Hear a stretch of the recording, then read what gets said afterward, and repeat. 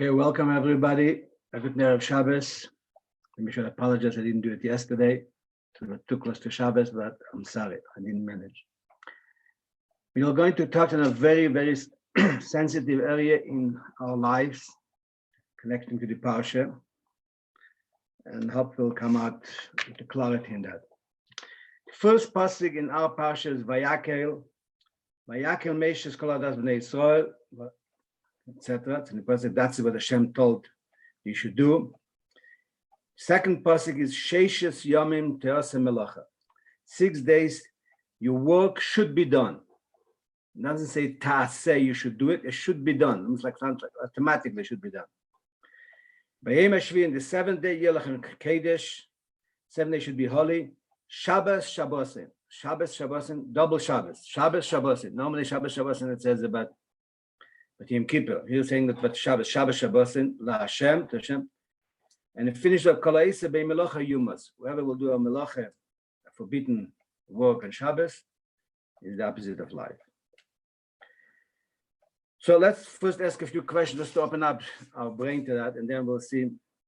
In other words, when I'm saying the sensitive issue what we're going to speak about, what is our approach, relationship, our feelings, our understanding about parnasa?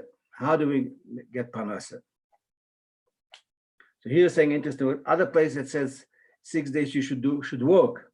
And some Meforshim say it's a mitzvah deraisa. It's a positive commandment to work during the week to make parnasa. Person has an obligation, right, to provide for his family. But here he's using the word teyaseh to be automatically.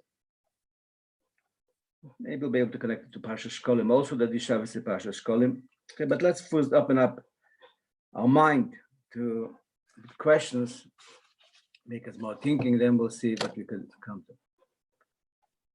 Okay, here it says Vayakel. Vayakel is a very, also normally it says Vayidaber Hashem, Vayidaber Meishav Bnei Yisrael. Vayakel is a very unique kind of, he gathered them. Of course he gathered them. If he spoke to the Jewish people, he gathered them. That, why does he say here the idea, the notion of Vayakel, he gathered the Jewish people? And that's the name of the Parsha. Is the whole idea of talking about building the Mishkan is under the name of Vayakel, gathering the Jewish nation together. Second question, as I mentioned already, why they say Teyaseh should be done? Now, you should do melacha. As he said, job nothing happens by itself automatically. Everybody knows. Let's take an example. If a person was on Rosh Hashanah given a ksiva chsime teve, that he'll make a very nice parnasa, make $1 million, whatever it is. But he will sit and sleep. Let's say nothing will happen. You have to go to work. As I said, another pasuk says, Ta'aseh, you should go to work. So what Bitamol here became Ta'aseh should be done by itself, but the computer doing it for you. We have the idea that says by Rabbi, right, that but it didn't work. Rabbi's approach that if you sit and learn Torah, your job will be done by somebody else. Harbe also Rabbi, many people tried Rabbi's system and didn't work. They also be done. Harbe also Rabbi Shmuel. Rabbi Shmuel said you have to go to work and learn Torah. Harbe also Rabbi Shmuel. Many people tried Rabbi Shmuel's system and it worked. So what he's saying about Teyaseh should be done by itself. And this third question is, as I said, here it says Shabbos Shabbosin. What's wrong with one Shabbos? Why need 2 Shabbosim in one Shabbos? And also, why is it a death penalty if somebody works on Shabbos? It's a terrible thing. But the other Averas also are terrible Averas, and there's just sometimes just a mitzvah saseh or the positive commandment transgressing. That tshuva is easy, a negative commandment, then there's something that has get malchus, lashes. Sometimes, but here, death penalty, even with warning, even by court, you could get it. Even so, it's very rarely, it's very hard to put to that. But why is it so severe that it would be a death penalty? Is there an explanation for that or not? Now, that's the question in a broader way. What is the correct thing for a normal person? To go to work? I mean, we give the kira before from the small story with Rabbi Shmuel and Rabbi. Or to sit and learn 24/7 and rely on the Eibishter. Since it says Te'aseh Melach, based on that passage, it should be done by itself. So maybe I should just sit and learn, do Torah mitzvahs, even do mitzvahs, tzedakah, help people, but not to go to work. What is the right thing approach from Torah for us? What is the right thing to do? Now, since we have to serve the Eibusher 24/7, so the Jewish people, when they came out from Mitzrayim, so the Eibusher made it very easy for them. They got the Torah, and he gave them manna from heaven, and they were able to learn Torah. And it says clearly in the Gemara, "Nitno Torah elo le'ech le'aman." Torah was not given to anybody, only to people who eat man. In other words, in order to be able to learn Torah properly, you need to put your head completely into it, your mind into it, your heart into it, your occupation. Right? In order to have a free mind to be able to learn properly, then you have to have no worries. So since he gave us for 40 years man min hashamayim, why didn't he continue with that? In order to be able to do Torah mitzvahs properly. I mean, we have more obligation than anybody else. We have to live a natural life, looks like, go to work and take sure of our house and everything, all our physical needs. In addition to that, you have Torah mitzvah that basically is 24/7, how to do that and how to do, and if daven properly. You have to have Avas Hashem and you have to have Avas Yisrael. It's a full-time job to be a proper Jew. Sorry. So the question is, okay, what is an ideal life? And why don't we have man min hashamayim to be able to keep their mitzvahs properly? Or at least the Rebbe should make it that we should work for Parnasa for 1 hour a day, 2 hours a day, 3 hours a day. And that's all. And it should be even that 3 hours or 4 hours a day should be like very shallow externally, like do something. And that should be a keli for Parnasa. Should come easy. Now so now the question is, okay, now once we know that practically we see that says they have to work, how much you have to invest in Parnasa? How much of your abilities, your intellectual abilities, your character, your talents, how much you have to invest? Is that equal to everybody? Do everybody have to invest equally the same thing in the idea of Parnasa? Okay, so we have a pasuk. It says, "Yegia kapecha kiseicha lechem." You toil for your hands that you will eat bread. Ashrecha v'tevloch. You're lucky and it'll be good to you. So what does it mean? It's interesting. See, yegia means hard working, toiling. Kapecha means working only with your hand.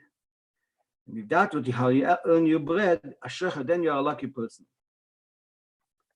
So that means, in simple pshat, only working hard with your hand, but not your emotions, not your brain.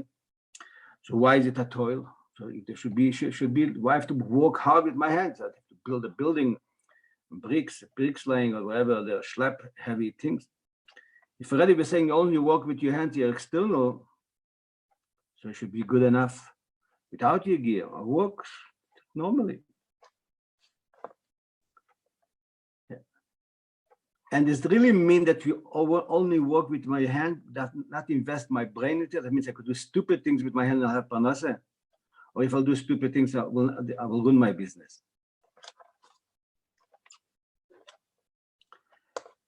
Now, am I allowed really to put in my seichel, whatever I have, if you're brilliant or you're normally, into your business, to really invest in your business? We'll call it your brain, your heart, and soul. And much more people putting in the Alter Rebbe said that when the mitzvah of tzedakah is special, because it's inevitable that a person should not put in his neshama, his whole heart and soul, into his parnasah. So in this money that he earned, working hard, he's put his whole neshama in there, and he's giving that for tzedakah. He's giving his heart and soul to charity, to the mitzvah. That's why he elevates the most sparks of godliness, says the Alter Rebbe, to tzedakah.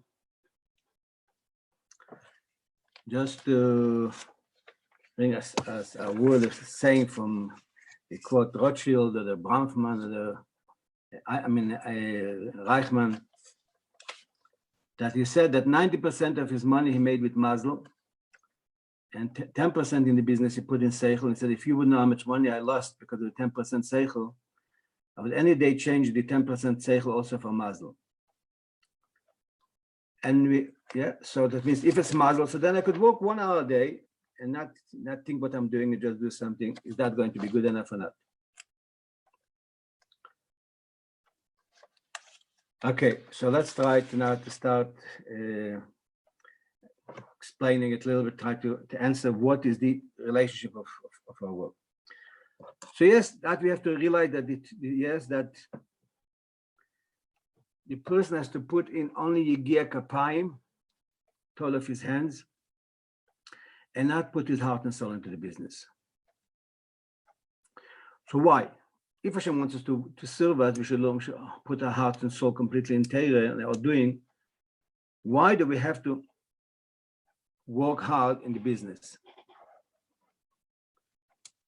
And we have to put in, okay, let's go with the more smaller thing, then we'll serve.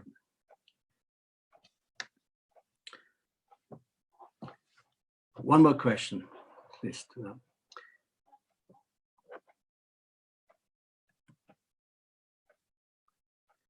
What should I put in when I have to do survey? Should I do something that is more my style? I have a talent in it. I have an appreciation of that. I have a feeling for that. That kind of mitzvah should I do? That kind of serving of Hashem? Or I should do the mitzvah that is harder for me to do. It's against my nature, against my talents. What one should I do? So I saw a letter from the Rabbi. Somebody asked the Rabbi that question. Again, it's going to say, where are you putting in your neshama? In Torah mitzvahs, or in the business, or in both? So the Rabbi said, today, the Alter Rebbe writes in the Geras HaKodesh that in the time of the Tanoim was Torah, then became Tefillah, and now davening, the main thing, and now it became Tzedakah, the main thing. But the Rebbe answered to that woman, Chateif v'achel, chateif v'shtei. Whatever comes your way means that's your shlichus. You have to do it 100% or 50%, whatever, but you have to do something about it. In other words, if you want to know what your shlichus, Hashem will bring it on your plate, bring it to your direction. If you hear that somebody is struggling, you have to put and think, how could you do something about it? Maybe you could do personally about it, maybe you could tell Chaim Yankel about it, or maybe you'll tell the Rabbi about it. You have to do something about it. If it came to your information, I remember one time I had a meeting with Rabbi Chadakov about shlichus when I was still in Kelo. So we were all talking about different offers of shlichus for me. So interesting, he started the conversation as follows. The Rabbi educated us that when we hear from a Jew in the end of the world that he needs help, especially if he needs help in Torah mitzvahs, that's Hashgacha Prodei, that we have to do something about it. And maybe we have to go there even to take care of him. But he said, he continuously, but on the other hand, you signed a contract with your wife, it's called a ksubah, that you take care of your needs, of your house needs. So you have to find a shlichah that you could fulfill both things, your obligation to take care of your family. I was talking about, that was his introduction to the idea of how to look at the idea of shlichas. Yeah, so what am I saying that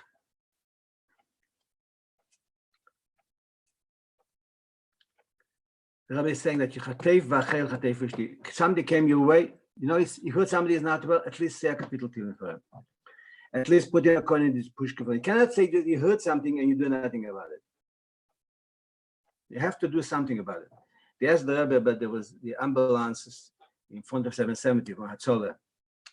So at one time in a meeting of Hatzolah, they felt bad that every time the ambulance leaves, he makes a siren, and it's right next to the Rebbe's room, so maybe it's disturbing the Rebbe. So they were having a plan to move the ambulances a block away. But they didn't want to do it without asking. So they wrote to the Rebbe what the plan is. The Rebbe said, no. Why not? He said that a bocher passes by, because the yeshiva in 770 bocher alone there, and he sees the ambulance is leaving with a siren, he understands that somebody is, so he'll say a kapitel Tehillim. So that helps a lot for that patient. So that's what I feel, and I could be, I'm most probably right, that the Rebbe was saying that when I hear the ambulance, I say also kapitel Tehillim. So it could help the person. Anyway, the point what I want to say that a person has to, something what he hears, he has to invest in that. Okay, so what we learn from Te'asa Melacha and Yegia Kapayim, that you mustn't put in your heart and soul into your business. You have to use in your hands, working, which means the external capabilities, more chitzenis, more external, not put your kol neshama into that, but you have to put your chitzenis, and even that, but in the kapayim has to be a yegia. In other words, you have to use your brain also, but more the external kind of idea of a brain. So let's ask the question that since the Eibishter, why Parnasa comes from a bracham the Eibishter. Your work is only a keli. Hashem wants you to make a keli for Parnasa. Wants you to make a vessel for Parnasa. And therefore, that vessel for Parnasa, you're opening, making a business. But that business, you must make it responsible, making sense. You must consult, as the Rabbi said very often, with Yedidim, Mevinim, friends who understand that kind of a business.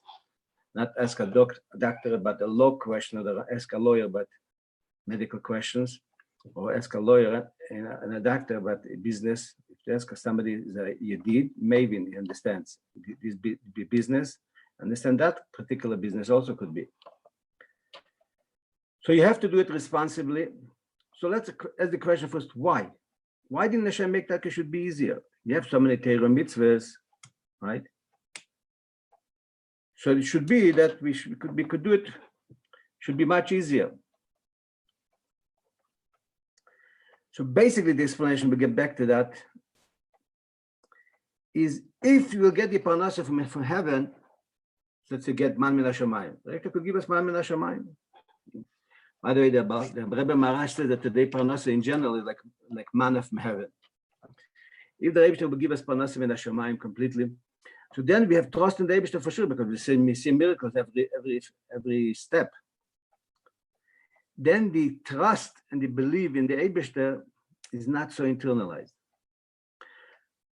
What the Eibishter wants us is the chachma is to invest in your business properly, do it normally with advice, with special experts, and invest in it. Your external kechet, but that you must invest, make sure to make it properly, and then to realize still as completely the Eibishter is doing it. The Rebbe is giving it to you. In other words, that's a deeper internalizing. That's the idea of, I would take, that's why it's in Parsha, right next to the building the Mishkan, that your business is a Mishkan for the Rebbe. You see godliness in that completely. What it's in the words of the Pasuk, Kol Ma'asecha L'Shem Shamayim. Everything you do is for the sake of heaven. And a higher level than that, I don't know if we'll explain it now why it's higher, is Bechol Drochecha Dei. In all your ways, means in all your business and everything you do, the EU you recognize and you feel and you're connected to the Eibishter.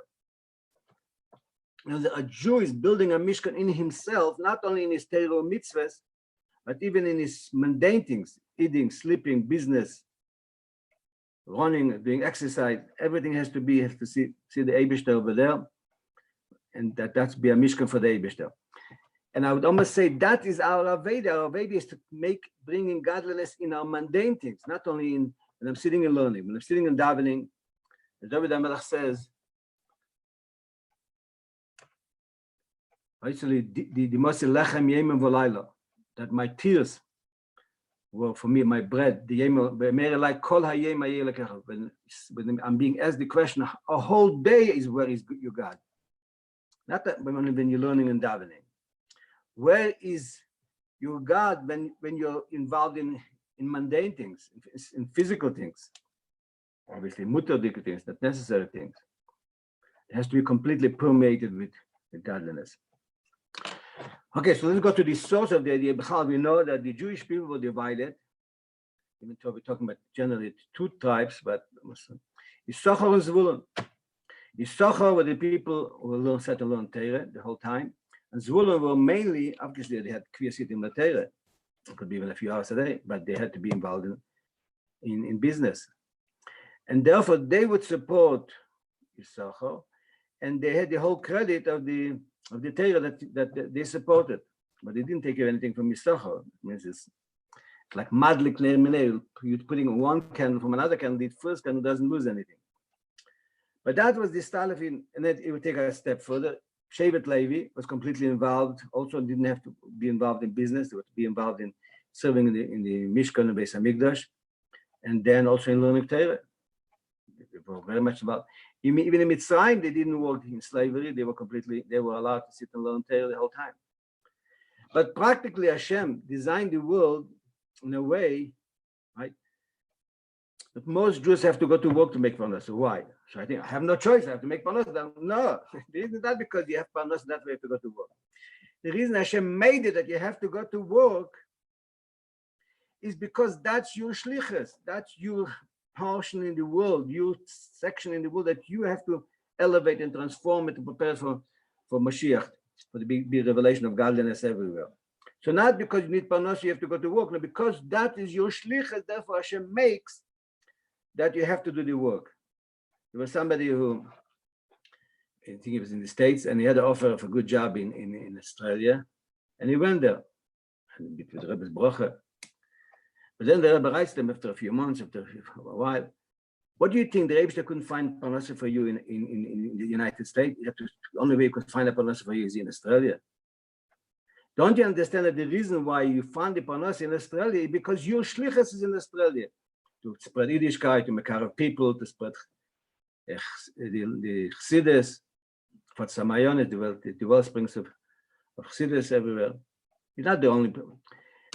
The way Hashem speaks to us, is to tzaddikim, the Rebbe speaks directly, tells them, listen, you have to go now here. But simple people like us, he's creating physical, material things that don't have to go visit a family member somewhere. I have to go for a business deal somewhere. But the real thing behind it is that that's your shlichus. So again, so when we're explaining that the Rebbe made that majority of people have to work. Why? Because majority of people have to mevar the world, and they have to have a curiosity material. They have to learn. But most of the people have to, majority of the time, they have to go to work because they are values to make this world for a dwelling place for the Eibishter. So that's what it's designed. So it's not, yes, your desire could be to sit and learn the whole day, but practically, could you do it? Not necessarily. You have to ask a Rav if you have a shaila. Now we asked the question also if what is that equal for everybody? The idea, the investment in it. So first we said that it's not potentially if you are a Sachar or Zvulun. Or the Gemara said that what is considered a city if you have a Sorah Batlan. If you have 10 people alone a whole day, then it is this place called a city, even if it's a small village. Could be a big city, have a few million people, but if it doesn't have 10 people sitting and learning a whole day, it's called a village. But the Chassidus also explained that the different neshamas, the certain neshamas that parnasa comes them easier. Again, it's the people who have the ability to able to sit and learn, and they have to learn. They are the sachos.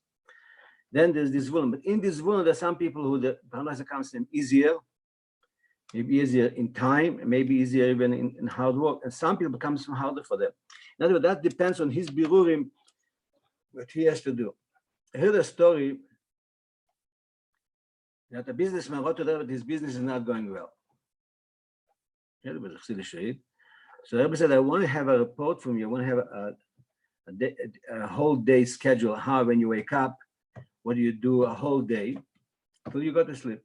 Okay, so he wrote the Rabbi report. Basically, that more or less came out that he's learning 5 hours a day. And between davening and everything else, and eating and sleeping, so he's putting into business maybe another 5 hours, whatever. I didn't hear all the points exactly, but I'm saying they basically came out. So the Rebbe told him, you must take off time from your learning and invest more in the business. Why? Well, the Rebbe cannot give him parnasa with 5 hours a week. You have to work after 7 hours a day or 8 hours a day. Of course, if the job demands from you things that you cannot have with a minion, you cannot have minimum shiurim, then you have to ask with a Rav if you're allowed to do that, if it's the good thing for you to do. But there are some people who have mamish very little bit time to learn, because that's the shlichus. So they have to look at it and that's the shlichus. Sign the shlichus that Mevar the world and sign helping people in that because how they're involved in everything.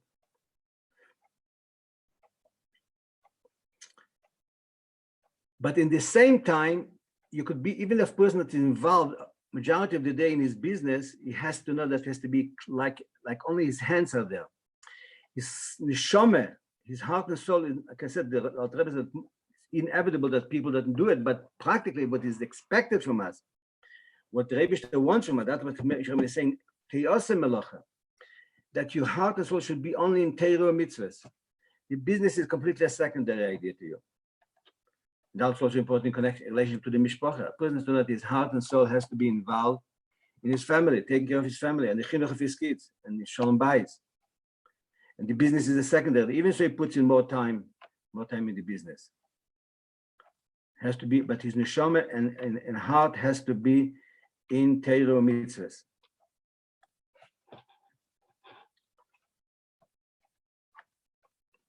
Then what will happen? So he'll have a certain kind of Shabbos a whole week.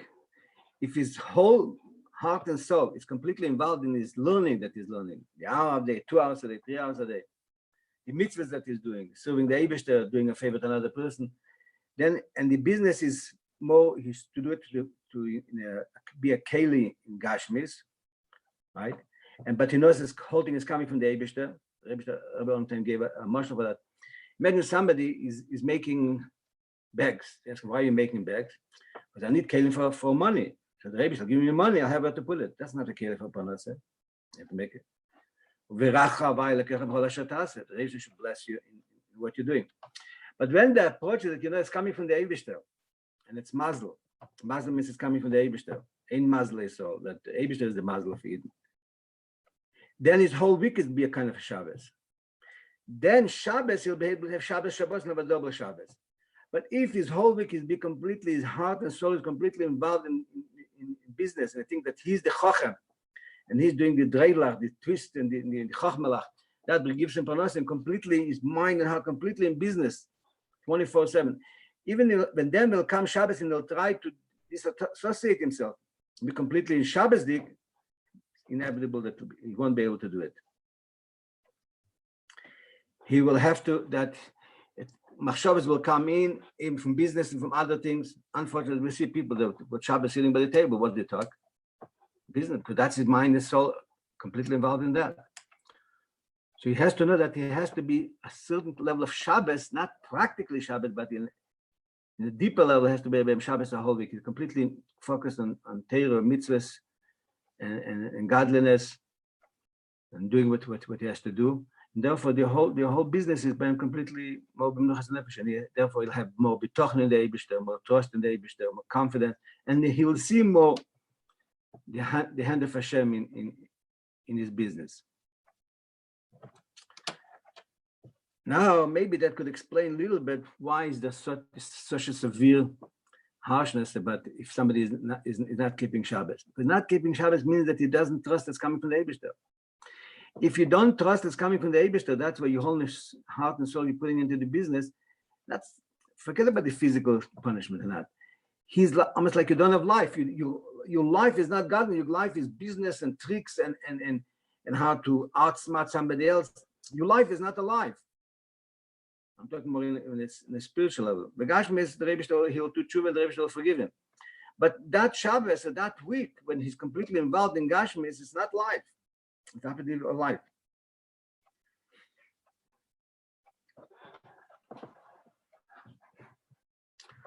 Okay, so in conclusion, what you're saying,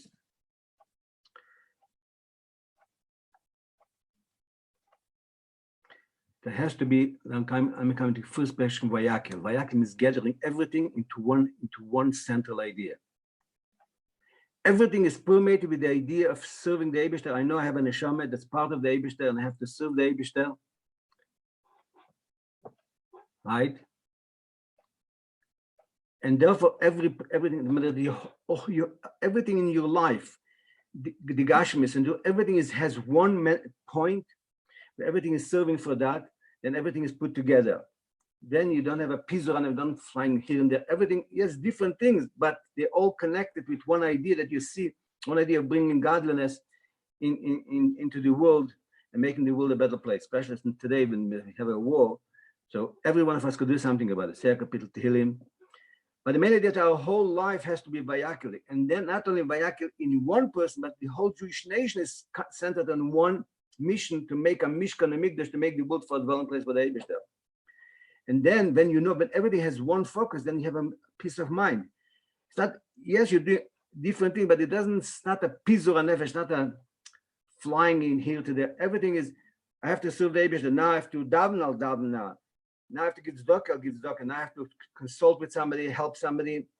When the center, the core idea is one, then it's the concept of Vayakel. And that's when how you build a Mishkan, a Mikdash, not only one, the physical one, forever, but the whole, in your heart, and the whole Jewish nation becomes a Mikdash, Mishkan. The Mirtishan says that, when there's wars in the world, if get ready for Mashiach, and they have been Beis Hamikdash, Masech Klal Yisrael. Now for Shabbos we'll build the mitzvah of building the Beis Hamikdash. Whatever we'll have to do, whatever will come from heaven, whatever we have to do, we'll have to do. The Niske Zen mit Rebbe, the Guv Gashmi, Hui Galeinu.